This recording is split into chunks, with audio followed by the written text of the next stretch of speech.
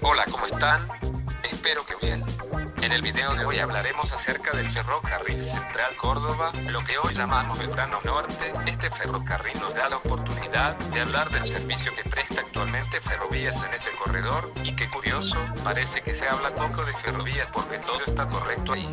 Lejos de construir un ideal, que en estos tiempos debería considerar la renovación integral del parque móvil, el cambio de tracción y una revolución en lo que es el señalamiento y comunicaciones, el servicio que presta Ferrovías tiene el enorme mérito de ser operado con material anticuado en perfectas condiciones de mantenimiento y limpieza, a pesar de haber partido de una situación en la que dicho material se encontraba en un estado de destrucción casi que lo dejaba obsoleto.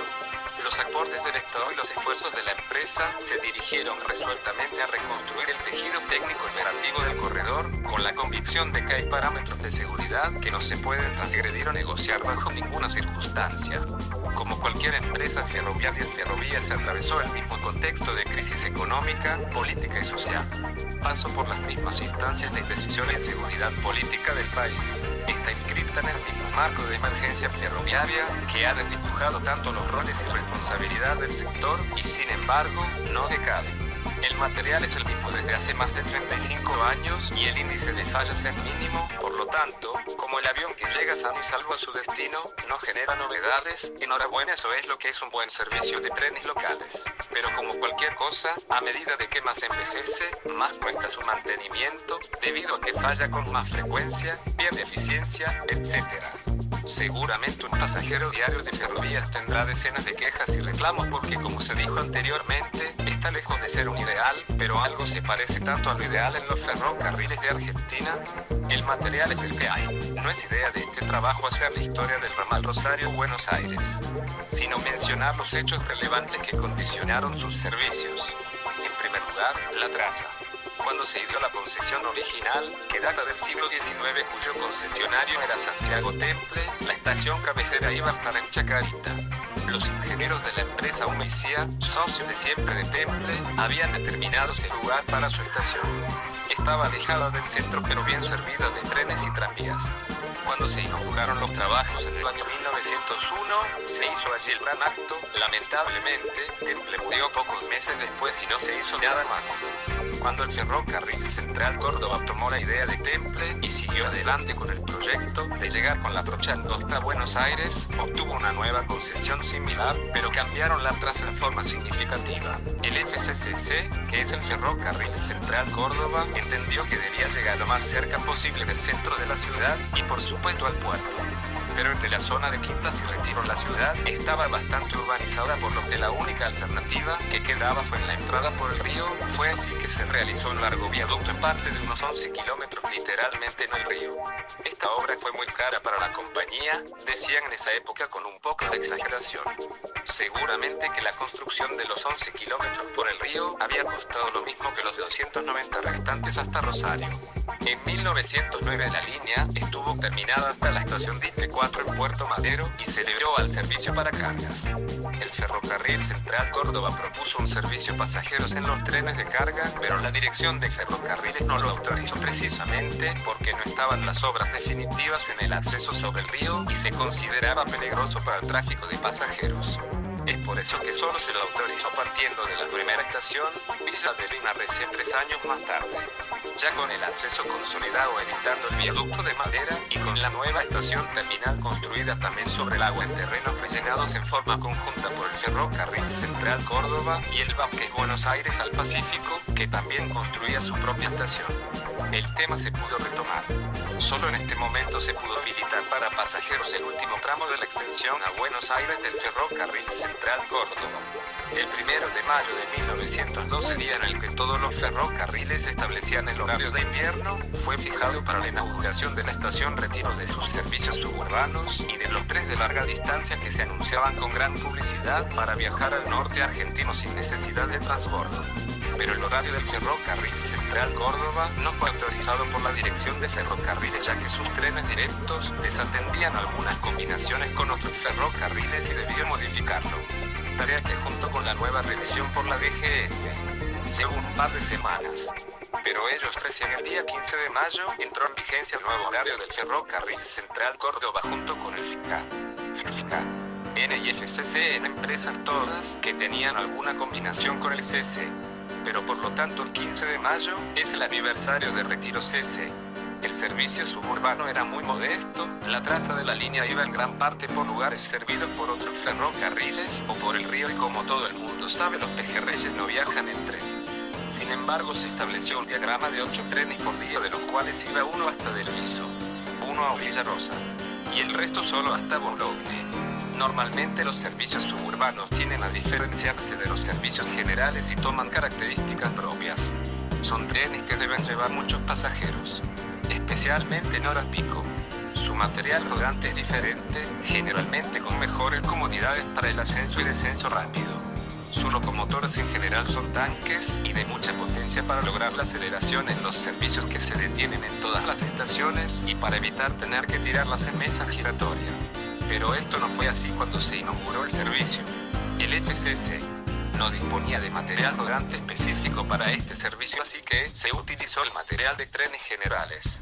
Pequeñas locomotoras tanque y otras con tender y coches de larga distancia. Recién en 1914, 2 años después, cuando el servicio comenzaba a crecer, el FCC, ya unificado, ordenó la compra de 2 coches primera furgón y 2 segunda con furgón. 5 locomotoras tanque 4T clasificadas L1 que fabricó Shell justo antes de que estallara la guerra. Ese fue el primer material específico para los servicios suburbanos. La evolución del servicio hasta 1924 no fue muy halagüeña con 8 trenes iniciales. 12 años después solo corrían 13. La mayoría está Bologne, con 1 o 2 prolongados hasta Del Viso y 1 hasta Villarosa. Durante todo 1916 el tren a Villarosa fue prolongado hasta Arroyo de la Cruz, volviendo al año siguiente a terminar en Villarosa. De 1922 hasta 1924 el servicio local se redujo hasta Del Viso. En toda la historia de la línea los límites de la selección suburbana del FCC ha sido Del Viso o Villarosa con algún tren esporádico muy limitado hasta Arroyo de la Cruz. La primera gran innovación de la línea ocurrió entre 1924 y 1925 y fue la duplicación de la vía hasta Bologne. Esta fue la obra relevantemente fácil para cuando se hizo la traza. Previo a la vía doble todo estaba preparado para ella: los terraplenes, las obras de arte y las estaciones. El señalamiento se hizo una vía única hasta que el tráfico requiriera, segunda cosa que ocurrió en la década del 20, y así en forma muy rápida entre 1924 y 1925 se construyeron 21 kilómetros de segunda vía. Con esta innovación el FCC pudo duplicar la cantidad de trenes corriendo desde 1925, 23 trenes diarios. Pero para ello debió aumentar también su material rodante. En 1926 se compraron 15 nuevas locomotoras tanque 4T clase L2 fabricadas por North British y se comenzó con la transformación de coches de larga distancia para servicio local. Con el nuevo material para 1928, el número de trenes despachados de Retiro en un día hábil llegó a 30. El FCC nunca estuvo en una buena posición económica, es por ello que la crisis de 1930 le pegó más fuerte que a otras empresas. Sin embargo, la oferta de servicios de entonces era muy inferior a la demanda de tráfico suburbano, que aumentaba vertiginosamente por el crecimiento de los suburbios. Por ello, en 1931, cuando todas las empresas reducían sus servicios para adecuar a la caída de la demanda, el FCC puso toda la carne al asador y estableció un horario de 36 trenes en cada sentido en día hábil, aunque dejó de llegar a Villarosa para establecer el límite del servicio en Del Viso, cosa que se mantendría por los siguientes 20 años. Para 1937 la situación del Central Córdoba era insostenible.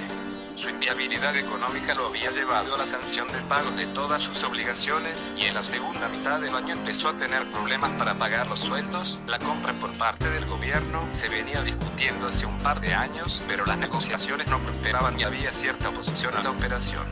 Un reclamo obrero llevó a la huelga a fin de año y todo el FCC se paralizó tanto desde la empresa como desde el gobierno. Aprovecharon esta situación para acelerar la venta, que estaba bastante trabada, sobre todo porque necesitaba ser aprobada por el Congreso. Frente a esto, el Ejecutivo decidió hacer un contrato de arrendamiento por 4 años hasta tanto se aprobase la mencionada compra. Ante lo hecho consumado por los ferrocarriles del Estado se hicieron cargo de la explotación del Central Córdoba. El 1 de febrero de 1938 el servicio local había quedado sobrepasado por la demanda y no había locomotoras ni coches suficientes para ampliarlo. Frente a este escenario el Estado tomó la decisión de enviar coches motores a la zona de Buenos Aires. Desde 1936 el Central Norte Argentino llevaba adelante un plan de descentralización de sus servicios regionales con coches motores GANS. Tenía previsto implantar estas unidades en los trenes regionales de Córdoba, Tucumán, Salta, Santa Fe y Resistencia ante la necesidad de enviar en forma inmediata con estas unidades en retiro. El administrador general Pablo Nogués dio la orden de alterar el plan y enviar a Boulogne de forma inmediata todas las unidades GANS que estuvieran disponibles y las que llegasen a partir de ese momento. Así como también empezó nuevas negociaciones con la firma GANS para más coches motores. El servicio con coches motores GANS quedó saturado al poco tiempo a pesar de las más unidades e incorporar además de los iniciales los trenes triples suburbanos y hasta algún Catamarca. Como no se podía satisfacer la demanda de la línea cuyo tráfico crecía a la par del conurbano, además de la inauguración del ramal a Campo de Mayo requirió más material rodante. Fue necesario volver a poner en condición la locomotora de vapor L1 y L2 del Central Córdoba y recuperar coches de madera para paliar la situación.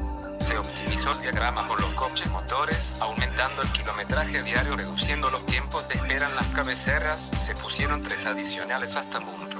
En las horas pico pero no alcanzaba, y así como en 1936 y 1937 el CC se vio desbordado por los pasajeros. Empezaba a ocurrir lo mismo a mediados de los 40. Para 1944 los 3 remolcados ya eran 24 por día y llegaron a 32 un par de años más tarde. Algo había que hacer y los ingenieros del ferrocarril desde el Estado pensaron un cambio radical en el servicio.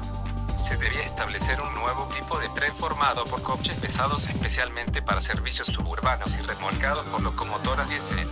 Para ello también se debería duplicar la vía hasta del Viso, cosa que se empezó a hacer. Todas estas innovaciones ocurrieron coincidentemente con la nueva organización de los ferrocarriles y la transformación del Central Norte Argentino en el Ferrocarril Nacional General Belgrano. El cambio de ferrocarriles del Estado a Ferrocarril Belgrano solo fue una cuestión administrativa.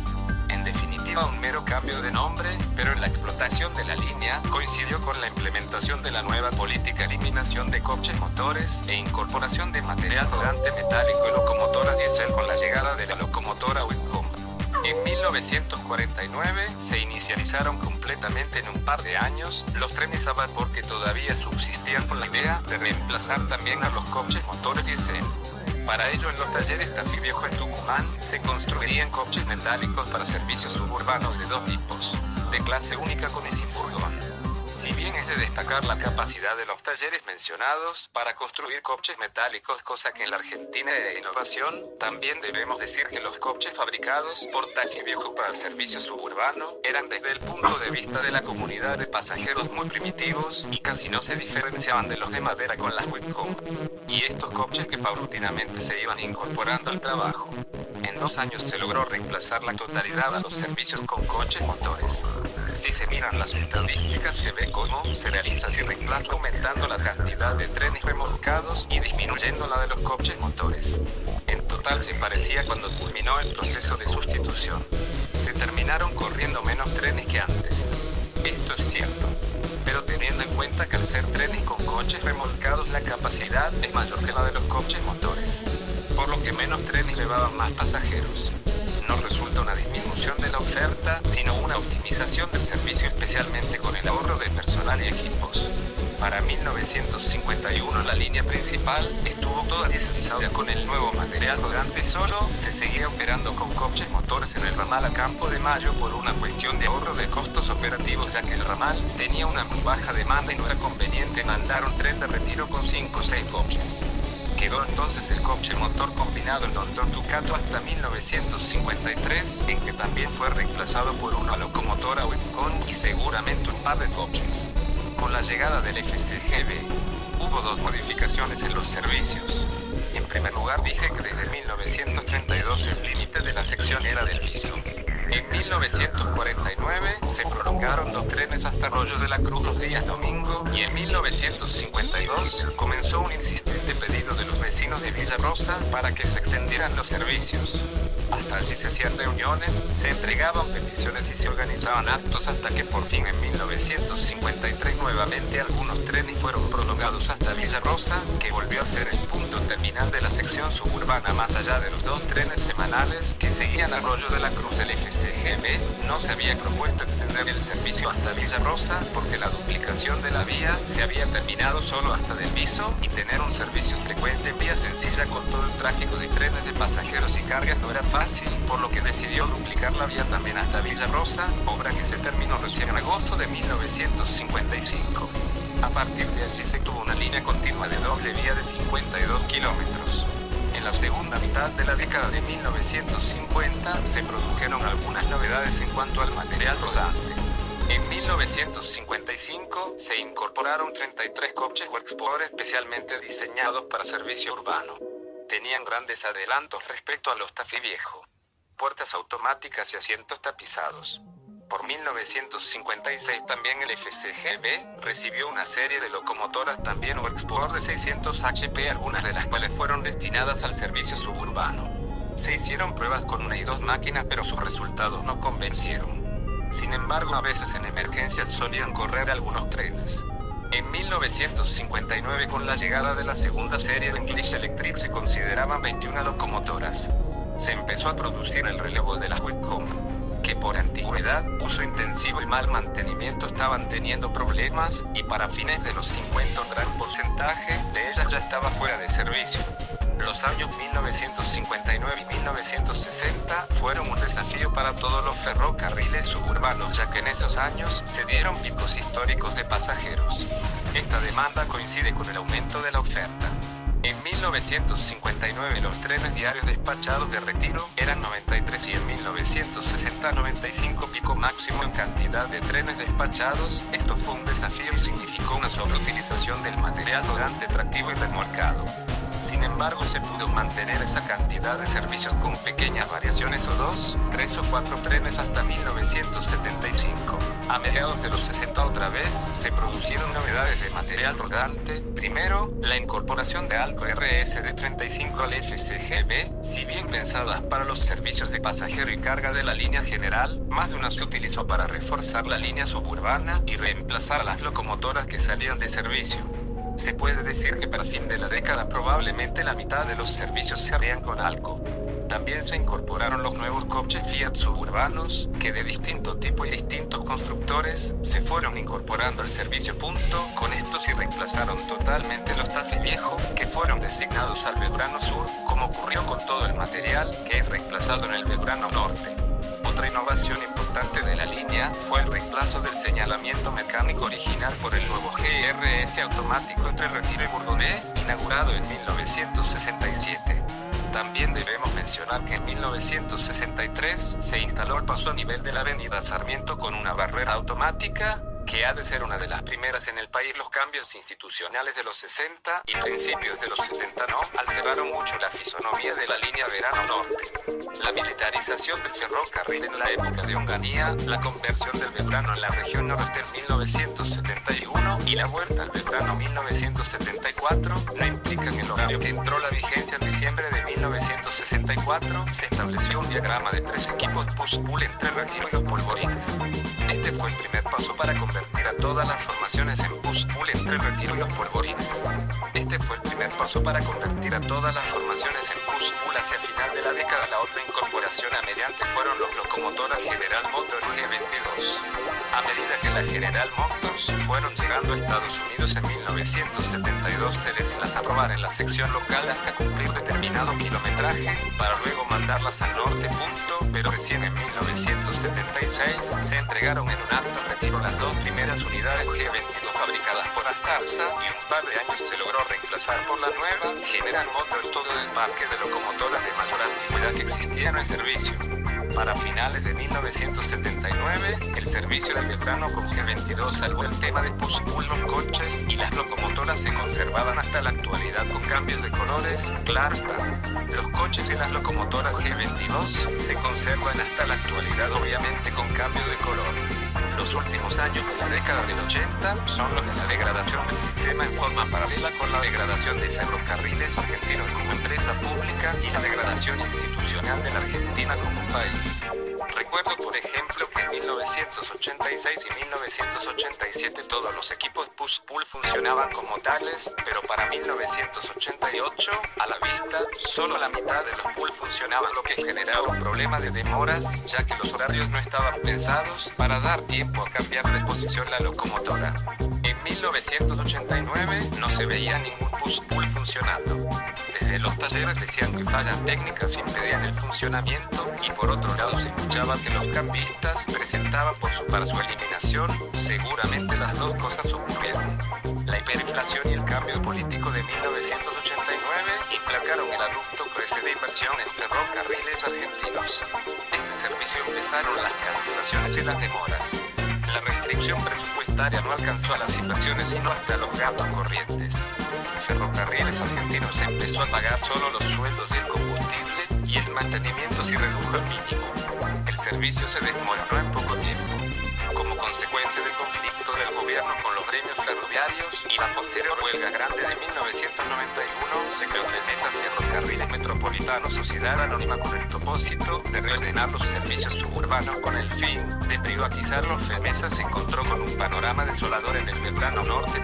En su primer horario de 1991 tuvo que reducir la cantidad de trenes despachados en el día hábil de 80 a 59 para asegurar el servicio, cosa que demostró no pudo hacer, y en su segundo horario de 1993 lo redujo 52, a diferencia de lo que ocurrió en otras líneas, por ejemplo en el Roca. FEMESA mejoró los servicios respecto del Roca. En el Belgrano Norte no lo logró, siendo ineficaz en mantener un servicio digno. Los pasajeros se redujeron a un mínimo. Un punto, no era necesario preguntar mucho, la decadencia se podía ver en todos lados. Cuando en 1994 se hizo cargo el Belgrano Norte, el panorama era bastante sombrío. Si estamos hablando de que Ferrovías acaba de entrar al Belgrano Norte.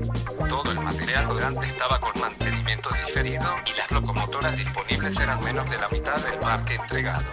Ferrovías siempre fue una empresa extremadamente conservadora en cuanto a los servicios ofertados. Solo ofrecía servicios que podía cumplir legalmente, punto, o sea que el diagrama de tren se hacía teniendo en cuenta la disponibilidad de suficiente material rodante y atractivo de reserva. Por ello, el primer horario de 1994, la cantidad de trenes fue realmente baja, se despacharon de retiro solo 44 trenes en día hábil. Mediante el plan de inversiones pagado por el Estado y ejecutado por Ferrovías, se pudo poner en condiciones la totalidad del material rodante concesionado y se terminó la renovación de vías entre Colón y Retiro, que había dado trunca en los 80. A medida que se recuperaba el material rodante, se fue ampliando la oferta de servicio y en 5 años se pudo duplicar la oferta original, llegando a despachar 83 trenes de retiro en día hábil. La crisis del 2001 redujo drásticamente la cantidad de pasajeros, lo que llevó a una consecuente reducción de la oferta.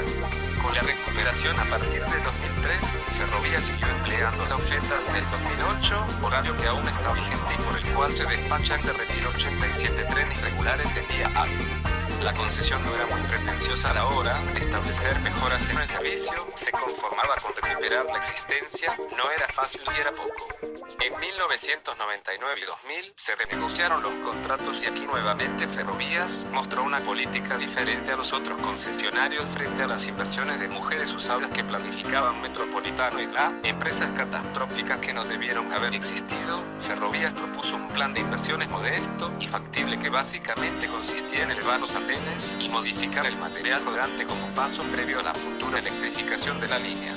También se proponía extender los servicios un tramo más allá de Villa Rosa hasta el Parque Industrial de Pilar. Esto era perfectamente realizable y necesario.